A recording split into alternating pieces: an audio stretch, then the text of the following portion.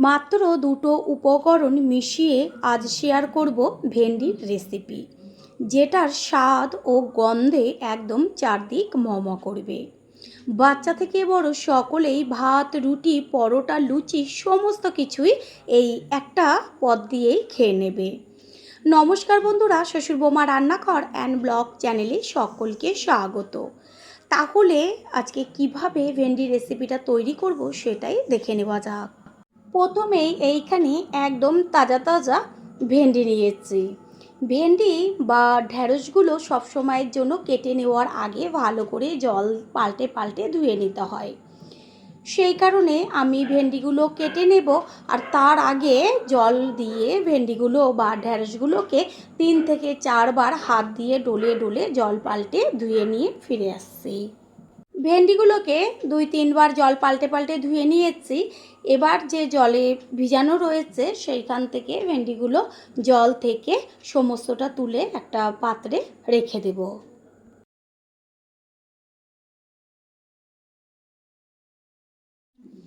তারপর একটা ভেন্ডি নিয়ে মুখের দিকের কিছুটা অংশ কেটে বাদ দিয়ে দেব, আর ওই পাশেরও মুখের দিকের অংশটা কেটে বাদ দিয়ে দেব। বড় সাইজের ভেন্ডিগুলোকে আমি 3 টুকরো করব, আর মাঝারি সাইজের ভেন্ডিগুলোকে 2 টুকরো করব।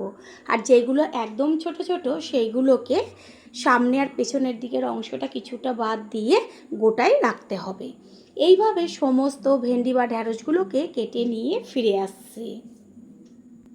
যে কোনো সবজি আমরা যদি একটু ভিন্নভাবে রান্না করার চেষ্টা করি তাহলে প্রতিদিনের সবজির যে একঘেয়েমিটা সেটাও চলে যায়, আর স্বাদও হয় দুর্দান্ত। সকলেই পরিবারের চেটেপুটে খেয়ে নেয়। সমস্ত ভেন্ডিগুলোকে কেটে নিয়েছি। এবার আলুগুলোকে কেটে নেব। এইখানে আমি মাঝারি সাইজের 3টে আলু নিয়েছি। আলু একটা নিয়ে তার গায়ের থেকে খোসাগুলো সম্পূর্ণটা ছাড়িয়ে দিয়ে তারপর মাঝখান থেকে অর্ধেক করে টুকরো করে আবারও লম্বাভাবে 3 টুকরো করে নিয়ে এবার 2 টুকরো করে নেব। মোট একটা আলুকে 6 টুকরো করে নিতে হবে। আর সাইজটা আপনার লম্বাও রাখতে পারেন, আবার বেশ ডুমু করেও কাটতে পারেন। এইভাবে আলুগুলোকে কেটে নিয়ে তারপর ভালো করে জল দিয়ে ধুয়ে ফিরে আসছি। গ্যাসের ওভেনে কড়াইটা বসিয়ে দিয়ে দেব এইখানে কাঁচা মুগের ডাল। এইখানে আমি 3 চা চামচ পরিমাণ মুগের ডাল ব্যবহার করেছি, আর 2 চা চামচ পরিমাণ সাদা তিল দিয়ে দিলাম। মুগের ডাল আর সাদা তিল গ্যাসের ফ্লেম লোতে রেখে খুব ভালোভাবে ভেজে নিতে হবে। দেখবেন যখন মুগের ডাল আর সাদা তিলটা একসাথে ভাজা হচ্ছে, গন্ধে চারদিক একদম মম করবে। আর এটা যখন রেসিপিতে দেওয়া হবে, আমি গ্যারান্টি দিয়ে বলতে পারি এর স্বাদ এতটাই টেস্টি হবে যেটা আপনারা খাওয়ার পরেই বুঝতে পারবেন। তারপর এসে কিন্তু অবশ্যই কমেন্ট করে জানিয়ে যাবেন। এটা সম্পূর্ণ ভাজা হয়ে গেছে। এবার একটা প্লেটে ঢেলে ঠান্ডা করে নিয়ে গুঁড়ো করে নেব। ওই কড়াইটায় গ্যাসের ওভেনে বসিয়ে কড়াইটা ভালো করে গরম করে নিয়ে দিয়ে দিচ্ছি সর্ষের তেল। আর এই ভাজাটা একটু সর্ষের তেলে করলেই বেশি টেস্ট হয়। দেব হাফ চা চামচ পরিমাণ সাদা জিরে, আর হাফ চা চামচ পরিমাণ কালো সর্ষে, একটা শুকনো লঙ্কা। এই জিরে আর সর্ষে শুকনো লঙ্কা তেলের মধ্যে ফোড়ন দিয়ে ভালো করে ভেজে নেব। যখন সুন্দর একটা গন্ধ বেরোবে গ্যাসের ফ্লেম লো রেখে এর মধ্যে দিয়ে দেব হাফ চা চামচ পরিমাণ হলুদ। হলুদটাকে মিশিয়ে নেব। তারপর এর মধ্যে দিয়ে দেব কুচিয়ে নেওয়া পেঁয়াজ। পেঁয়াজটা একটু বেশ মোটা মোটা করে কাটবেন। আর এইখানে আমি 2টো মাঝারি সাইজের পেঁয়াজ ব্যবহার করেছি। ভেন্ডি ও আলুর পরিমাণ অনুযায়ী পেঁয়াজটা ব্যবহার করতে হবে, আর পেঁয়াজটা একটু বেশি ব্যবহার করলেই ভালো লাগবে। পেঁয়াজ দেওয়ার সাথে সাথে তেলে মিশিয়েই এর মধ্যে দিয়ে দেব কেটে নেওয়া আলু। আমি আলাদাভাবে আলুটাকে প্রথমে ভেজে নিতেই পারতাম, এতে কি হবে তেলটা বেশি লাগতো। আর এইভাবে যদি আমি পেঁয়াজের সাথে আলুটা দিয়ে ভাজি তাহলে পেঁয়াজ আলু দুটোই একসাথে ভাজা হয়ে যাবে। তাড়াতাড়ি মজে আসা বা নরম হয়ে যাবার জন্য এর মধ্যে দিয়ে দিচ্ছি লবণ। লবণটাকে মিশিয়ে নেব। তেলের মধ্যে তো হলুদ দিয়েছিলাম, সেই কারণে আলু পেঁয়াজ দুটোই কালার হয়ে গেছে। এবার তাড়াতাড়ি সিদ্ধ হবার জন্য ঢাকনা দিয়ে ঢেকে দিয়েছি। 3-4 মিনিট বাদে ফিরে এসে কড়াইয়ের ঢাকনাটাকে সরিয়ে দিয়ে তারপর আলু আর পেঁয়াজ একসাথে খুন্তি দিয়ে নেড়েচেড়ে দেব। এইভাবে বারে বারে খুন্তি দিয়ে নেড়েচেড়ে দিতে হবে, না হলে নিচের দিকটা পুড়ে যাবে। পুরনো বন্ধুদের সবসময় আমাদের পাশে এইভাবে ভালোবেসে থেকে এগিয়ে নিয়ে যাবার জন্য অনেক অনেক ভালোবাসা। আবারও ঢাকনাটা চাপা দিয়ে দিয়েছিলাম, ঢাকনাটাকে সরিয়ে খুন্তি দিয়ে নেড়েচেড়ে নেব। আলু অর্ধেকের বেশি সিদ্ধ হয়ে গেছে আর পেঁয়াজের গায়েও সুন্দর একটা কালার এসছে। এই পর্যায়ে এর মধ্যে দিয়ে দেব কেটে নেওয়া ভেন্ডিগুলোকে। যখন দেখবেন যে আলু অর্ধেক সিদ্ধ হয়েছে তারপরই ভেন্ডিটা দেবেন, না হলে আলু সিদ্ধ হতে হতে ভেন্ডিগুলো একদম নরম হয়ে যাবে। আলু আর ভেন্ডি তেলের মধ্যে ভালো করে মিশিয়ে নিয়ে দিয়ে দেব ঝালের জন্য চিড়ে নেওয়া কাঁচা লঙ্কা। কাঁচা লঙ্কাটাকে মিশিয়ে নিয়ে ঢাকনা দিয়ে ঢেকে দেব, সব কিছু ভালোভাবে তাড়াতাড়ি সিদ্ধ হবার জন্য। বন্ধুরা, আপনারা যেইখান থেকে ভিডিওটি দেখছেন অবশ্যই কমেন্টের মাধ্যমে জানাবেন। আপনাদের ধন্যবাদ জানাতে পারলে সত্যি আমরা ভীষণ ভীষণ আনন্দিত হব। এর মধ্যে দিয়ে দিচ্ছি ঢাকনাটা সরিয়ে 1 চা চামচ পরিমাণ জিরের গুঁড়ো, 1 চা চামচ পরিমাণ ধনের গুঁড়ো। জিরের গুঁড়ো আর ধনের গুঁড়োটা মিশিয়ে নিয়ে তারপরে ভেন্ডি আলুর সাথে একইভাবে ভাজা হতে থাকবে। কোনো রকম এখনো পর্যন্ত আমি রেসিপিটায় জল ব্যবহার করিনি। ঢাকনাটা চাপা দিয়ে দেব। ঠিক এইভাবে গ্যাসের ফ্লেম লো টু মিডিয়াম করে ঢাকনা চাপা দিয়ে দিয়ে রেসিপিটি তৈরি করতে হবে। প্রথমবার যারা আমাদের চ্যানেল ভিজিট করছেন তাদের আন্তরিক শুভেচ্ছা ও অনেক ভালোবাসা। আমাদের রেসিপিগুলো যদি ভালো লেগে থাকে সাবস্ক্রাইব করে দেওয়ার অনুরোধ রইল ও পাশে থাকা বেল আইকনে ক্লিক করলে পরবর্তী ভিডিওগুলো সবার আগে আপনাদের কাছেই পৌঁছে যাবে। কড়াইয়ের ঢাকনাটা সরিয়ে দিয়েছি আর খুন্তি দিয়ে একটু নেড়েচেড়ে নিতে হবে। আলু আর ভেন্ডি খুব সুন্দরভাবে সিদ্ধ হয়েছে। এইখানে মুগের ডালা সাদা তিলটা আধখানা করে গুঁড়ো করে নিয়েছি। একদম সম্পূর্ণ মিহি গুঁড়ো করবেন না, তারপরে সম্পূর্ণটাই ভাজার উপরে ছড়িয়ে দেওয়া হলো। এবার মুগের ডাল আর সাদা তিলের গুঁড়োটাকে সবজির সাথে ভালো করে মিশিয়ে নিতে হবে। এই সময় এত সুন্দর একটা গন্ধ বেরোবে।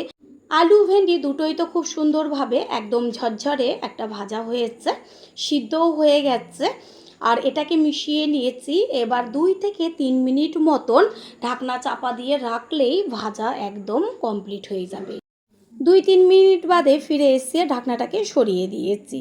সম্পূর্ণটা মিশিয়ে নেব আর এবার গ্যাসটা অফ করে দেব। তৈরি হয়ে গেল আজকের রেসিপি। আশা করি রেসিপিটি ভালো লাগলো, আর যদি ভালো লেগে থাকে একটা লাইক, কমেন্ট, পারলে একটা শেয়ার করে অবশ্যই জানাবেন। আপনাদের দেওয়া একটা লাইক ও লাইকের পাশে থাকা হাইপ আর একটা শেয়ার আমাদের কাছে অনেক অনেক গুরুত্বপূর্ণ। All friend, thanks for watching my video. আপনারা সকলে ভালো থাকবেন, সুস্থ থাকবেন। আবারও দেখা হবে অন্য কোনো রেসিপির এপিসোডে। মাছের ডিম তো অনেক রকমভাবে তৈরি করে খেয়েছেন, তবে একবার পটল দিয়ে তৈরি করে খেয়ে দেখুন। খাবার পর নিজেরাই অবাক হয়ে যাবেন যে এত টেস্টি হয় খেতে। তারপরে সে কমেন্ট করে কিন্তু অবশ্যই জানিয়ে যাবেন। নমস্কার বন্ধুরা, শ্বশুরবৌমা রান্নাঘর অ্যান্ড ব্লগ চ্যানেলে সকলকে স্বাগত। তাহলে রেসিপিটি কি করে তৈরি করব সেটাই দেখে নেওয়া যাক। প্রথমে এইখানে মাছের ডিম নিয়েছি। এবার ডিমগুলোকে ভালো করে যে ডিমের যে শিরগুলো থাকে গায়ে সেটাকে ছাড়িয়ে তারপর জল দিয়ে ধুয়ে নিয়ে ফিরে আসছি। মাছের ডিমের ওপরে যে একটা শির থাকে শক্ত, সেটাকে টেনে বার করে দিয়ে তারপর ভালো করে জল দিয়ে ধুয়ে নিয়েছি। এবার ডিমটাকে ভালো করে হাত দিয়ে চটকে নেব। আর একটা কথা, ডিমের কিন্তু একটা আস্তে গন্ধ থাকে, অনেকেরই সেটা পছন্দ হয় না, সেই কারণেই খেতে চায় না। তবে আজ আমি যেইভাবে তৈরি করব একদমই ডিমের গায়ের থেকে কোনো রকম আস্তে গন্ধ আসবে না। ডিম ভালোভাবে একদম মেখে নিয়েছি। এবার এর মধ্যে আমি কিছু উপকরণ ব্যবহার করব। দেব এর মধ্যে মেন একটা উপকরণ, সেটা হচ্ছে লেবুর রস। এই যে লেবুর রসটা ব্যবহার করলে একদম দেখবেন কোনো রকম আষ্টে গন্ধ আসবে না। এইখানে আমি যে লেবুটা একটু ছোট ছিল, যেহেতু এটা পাতি লেবু, সেই কারণে আমি গোটা লেবুটাই ব্যবহার করেছি। এরপরে এর মধ্যে দিয়ে দেব 1 চা চামচ পরিমাণ বেসন, তারপরে দিয়ে দেব হাফ চা চামচ পরিমাণ হলুদ গুঁড়ো, আর দেব পরিমাণ মতন লবণ। দেব পেস্ট করে নেওয়া রসুন। এই যে লেবুর রস আর রসুনের পেস্টটা ব্যবহার করেছি, একবারের জন্য হলেও এই পদ্ধতি ট্রাই করবেন। তারপরে সে কমেন্ট করে জানিয়ে যাবেন যে ডিমের থেকে আষ্টে গন্ধ এসেছিল কি না। সব কিছু দেওয়া হয়ে গেছে, ভালো করে ডিমটাকে মেখে নিয়েছি। এইটা এবার কিছুক্ষণ রেস্টে থাক। অন্যদিকে আমি যে মাছের ডিমের সাথে পটলটা ব্যবহার করব, সেই কারণে পটলটা কিভাবে কেটে নেব সেটা শেয়ার করছি। একটা পটল নিয়ে তার গায়ের থেকে ছুরি হোক বা বটির সাহায্যে, যে মানে খোসাটা মোটা করে ফেলবেন না, বেশ এইভাবে চেঁচে নেবেন। তাহলে কি হবে, ওপরের যে পাতলা যে খোসাটা থাকে সেটা চলে যাবে। তারপর পটলের দুই পাশের মুখের দিকের অংশটা কেটে বাদ দিয়ে মাঝখান থেকে অর্ধেক করে কেটে একটু তেচড়াভাবে আবারও আওড়াভাবে কেটে নেব, মানে একটা পটলকে 4 টুকরো করে নেব। এইভাবেই সমস্ত পটলগুলোকে কেটে নিয়ে ফিরে আসছি।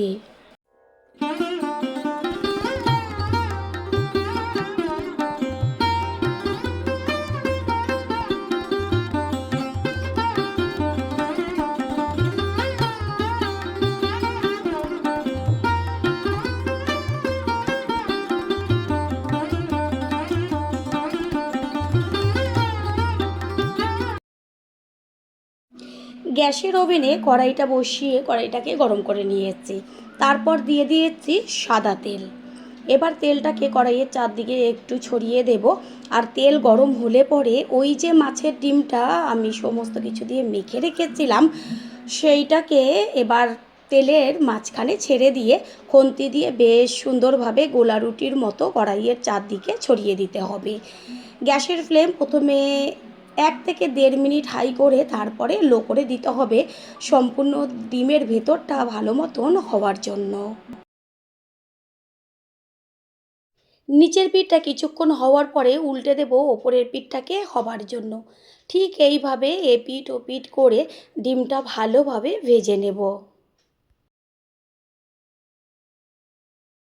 ডিমের দুই পিঠই খুব সুন্দরভাবে ভাজা হয়েছে। এবার ডিমটাকে তুলে একটা থালার ওপরে রেখে দেব।